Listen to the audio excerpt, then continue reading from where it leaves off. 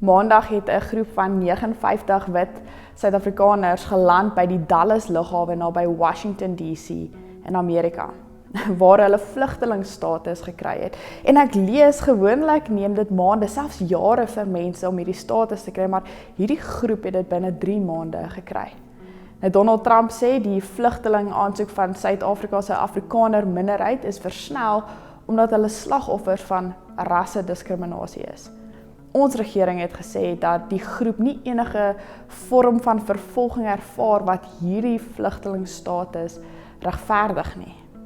Die Trump-administrasie het alle ander vlugtelinge toelatings opgeskort, insluitend vir aansoekers uit oorlogsgebiede. Maar hierdie groep Afrikaners is Maandag hartlik verwelkom deur Amerikaanse owerhede. Met ballonne, rooi, wit en blou en klein Amerikaanse vlaggies wat almal geswaai het. Nou, ek het geen behoefte om vandag enige politieke uitsprake te maak oor wat hierdie week gebeur het nie, maar ek het hierdie week weer iets van ons menslikheid raak gesien.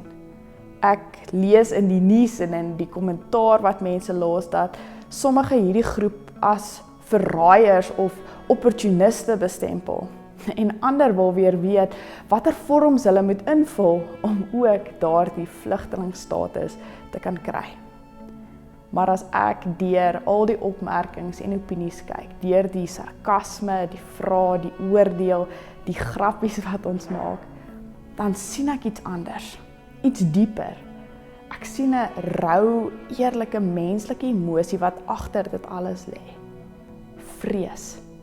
Vrees om te gaan, vrees om te bly. En ons iets wat vrees aan 'n mens doen, dis nie net 'n gevoel nie, dis 'n dryfkrag. Vrees wanneer iets in jou lewe skielik verander. Vrees wanneer jy nie meer behoort nie aan 'n plek of 'n gemeenskap of 'n storie nie. Vrees wanneer jy wakker lê en wonder oor jou kinders en wonder oor hulle toekoms. Vrees wanneer die wêreld rondom jou skuif en niks meer soos gister voel nie. Vrees wat jou laat stil bly, vrees wat jou laat skree. Dis nie net hulle wat bang is nie, dis ons almal. Want vrees het baie gesigte. En partykeer lyk dit soos 'n vlug na 'n ander land, ander kere soos 'n stywe greep op dit wat jy ken, maar altyd vra dit dieselfde vraag. Is ek veilig? Gaan alles oukei wees? En dit laat jou soms goed doen sonder om te dink. Dit laat jou soms goed doen wat jy nooit gedink het jy sal doen nie. Want vrees vra nie. Vrees is nie logies nie. Vrees is instinktief. Jy ken die gevoel. Daardie gevoel as die grond onder jou begin wankelrig raak. Daardie gevoel as jou skouers opgetrek word in spanning. Daardie gevoel as jou hart net 'n bietjie te vinnig klop. As dit voel of jy vasgevang is, dan soek vrees uitgang. Daar is 'n baie bekende verhaal in die Bybel van 'n groep mense wat so vasgevang is. Nie net in 'n storm nie, maar in pure paniek. Die wind ruk aan die seile, die golwe slaan oor die kante en hulle is uitgelewer. Bang, verlore. Vrees neem oor soos 'n mis wat stadig intrek. Hulle weet nie wat om te doen nie, net dat iets moet gebeur, iets moet verander, iemand moet iets sê, iemand moet iets doen. Nou hierdie verhaal kry ons ook in Matteus 8 en Lukas 8, maar ons lees vandag die gedeelte uit Markus 4. Toe dit begin skemer word, sê Jesus vir sy disippels, kom ons gaan na die oorkant van die meer. Die disippels is toe saam met Jesus, wat nog in die skei was, daar weg. Die ander mense het op die strand agtergebly, hoewel party met skytjies saam oorkant toe is. Daar bars toe 'n woeste storm los. Die golwe het tot binne in die skei geslaan en die skei het vol water begin word. Jesus het agter in die skei op 'n kussing gelê en slaap. En die disippels skud hom toe wakker en sê, gee u nie om dat ons besig is om te sink nie. En Jesus staan toe op en praat streng met die wind en die golwe. Stil, word rustig. Dadelik het die wind gaan lê en alles was heeltemal kalm. Toe draai hy na sy disippels toe. Vir wat was julle so bang? Vertrou julle my dan nie? En hulle was heeltemal verslae en het klein gevoel in sy teenwoordigheid. Wie is hy werklik? Selfs die wind en die see doen wat hy sê. En hulle het onder mekaar gewonder wat dit beteken. Om regtig hierdie disippels se vrees te verstaan, moet ons besef hoe bang mense in die Bybelse tyd vir water was. Ons dink dalk aan water as die sagte geruis van 'n rivier of 'n fontein of die klank van branders by die see wat ons laat ontspan. En tog het ons ook al die verwoestende mag van water gesien wanneer daar oorstromings en tsunamies in die wêreld en in die nuus is. Nou in die Bybelse tyd en mense nie by die see gaan ontspan en vakansie gehou nie.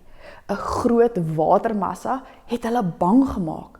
Water was 'n sterk mag, 'n krag van chaos wat altyd op die rand gestaan het om die orde van die mense se bestaan te kom deurmekaar maak. Water het gevaar en onsekerheid verteenwoordig. Dit was die plek van monsters, van die onbekende, van alles wat buite beheer is. Dit het die grens gemerk tussen wat veilig is en wat jou kan vernietig. En as jy dit besef, dis in hierdie konteks wat Jesus opstaan en met 'n kalm, rustige stem praat. Hy praat met die wind en die see asof dit net kinders is wat lawaai maak. En skielik is daar stilte. 'n Groot heilige kalmte. Chaos maak plek vir vrede.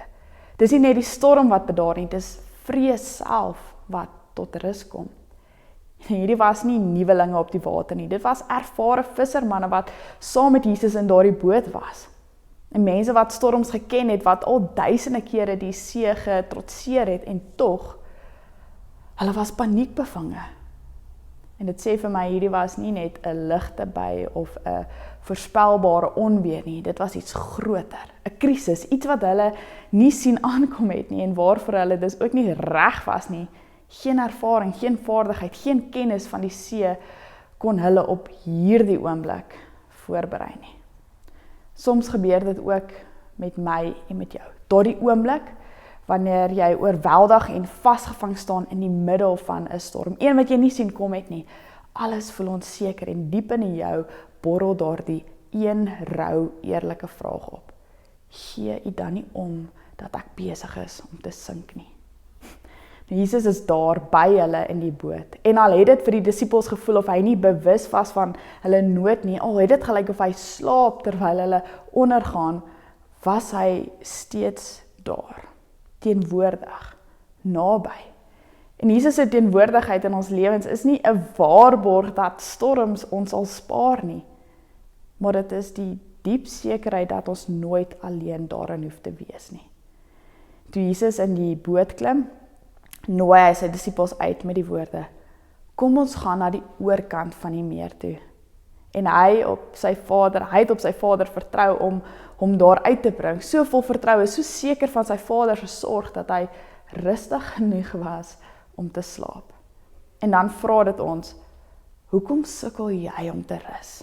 As die een wat die see en die sterre gemaak het, ook jou naam ken, as die God wat chaos tot stilte bring, jou belange op sy hart dra, waarom glo jy dan nie dat hy jou veilig aan die oorkant sal bring nie? Daar was eendag 'n akrobaat wat op 'n styf gespande tou oor die Bloukransrivier geloop het. Vir die van julle wat nie weet nie, dit is die hoogste bungee brug ter wêreld, 216 meter van bo tot onder, 'n afgrond van vrees. En 'n skare het gekyk en gestaan en kyk hoe hy met absolute selfvertroue oor hierdie tou stap. Toe vra hy: dink julle ek kan 'n krywaal oor die tou stoot? Ja, natuurlik, roep die mense. En hy doen dit toe. Glo julle ek kan 'n sak mielies in die krywaal sit en dit oor die tou stoot? Natuurlik, roep hulle weer. En hy doen dit. Toe kyk hy vir een van die jong manne in die skare en hy vra: dink jy ek kan 'n mens in die krywaal oor die tou stoot? Ja, seker, antwoord die jong man sonder aarzeling. Goed, sê die akrobaat, kom klim in. En die jong man, hy het verdwyn. Dis een ding om te sê jy glo hy sal jou veilig aan die ander kant kry. Dis 'n ander ding om in die krywaal te klim. Ons is vinnig om te sê, ek glo God is almagtig. Ek glo Jesus het gesterf en opgestaan. Ek glo hy is in beheer. Maar dan kom die storm en vrees begin fluister. Jy gaan sink, jy's alleen, dit gaan nie uitwerk nie. Sien jy kans om jou lewe in God se hande te sit? Geloof, regte geloof, is nie net om te sê jy glo nie, dis om in te klim. Om te sê, Jesus, ek weet nie wat wag aan die ander kant nie, ek weet nie hoe ons daar gaan uitkom nie, maar ek gee myself in u hande. Ek klim in, al klop my hart 'n bietjie vinniger. Want geloof beteken nie, jy voel nooit bang nie. Geloof is om saam met jou vrees op te daag en dan steeds te sê, ek gaan. Dis om nie jou vrees te ontken nie, maar ook nie toe te laat dat dit jou terughou nie. Dis om te bewe en te beweeg, in die krywe aan te klim, in die boot saam met Jesus in te klim. Storms is deel van die lewe. Dis nie 'n moontlikheid nie, dis 'n sekerheid. En party is seisoonaal. Jy sien hulle van ver af aankom. Ander barst onverwags los sonder waarskuwing. En dan is daar die wat jou tref met orkaansterkte, wat jou asem wegslaan en jou laat koers verloor. Wat maak dat jy na Jesus roep en vra hoekom hy nie omgee, dat dit voel of jy besig is om te sink nie. Niemand van ons is immuun nie. Maar hier is die wonderlike en die vreemde ding. Dis juis in hierdie storms dat ons ontdek wat werklik saak maak. Dis in die chaos en die ongemak, die papsop winterwater nat plekke van die lewe waar ons leer, dit was nooit die afwesigheid van storms wat vrede bring nie. Dit was altyd die teenwoordigheid van Jesus. En daarom noem ek dit die perfekte storm. Nie omdat dit maklik is nie, maar omdat jy dit saam met Jesus deurgaan. Dis die storm wat jou skoon was van alles wat jy nie nodig het nie. Wat jou ontdoen van pretensie, van valse sekerheid en beheer. Dis die storm wat jou laat staan, papnat, maar werklik voor God. En dit is juis daar in jou afhanklikheid waar jy nader aan hom beweeg. As gelowiges is ons nie geroep om weg te kruip tot die storm verby is nie. Ons is geroep om nou te leef, om vreugde te vind in die reën, om God te vertrou al is die hemel donker. Want selfs al bring hy nie dadelik stilte nie, bring hy altyd teenwoordigheid. So dink vir 'n oomblik, watter storms, watter vrees, watter krisis woed nou in jou lewe, in ons land, en weerhou ons om Jesus se roepstem helder te hoor. Onthou, Jesus nooi jou nie om in te klim sodat jy sink nie. Hy nooi jou om te groei. Hy het nie vir die disippels gesê, kom, laat ons verdrink nie. Hy het gesê, kom, laat ons gaan na die oorkant toe. Waar hy jou roep, daar sal hy jou dra. Soos Moses, soos Daniel, soos Paulus. Deur sy gees sal hy jou onderhou. En wanneer Jesus opstaan in jou storm, praat hy met gesag. Waarom is julle so bang? Vertrou julle my dan nie? Dit is nie 'n teregwysing nie. Dit is 'n uitnodiging. 'n Oproep om vrees in vertroue te verander. So dink nou, waar het Jesus al vir jou 'n storm stil gemaak? Waar het hy jou al deurgedra? En waar moet hy dit dalk nou weer doen? Het jy al gewonder hoekom jy jou krisis, jou klagte, jou kommer so styf vashou? Miskien is dit tyd om dit te laat gaan. Om dit aan hom te gee. Om in te klim. Al is jy bang. Want geloof is nie die afwesigheid van storms nie. Dis die wete dat Jesus groter is as enige storm. En dat hy saam met jou in die boot is. Amen.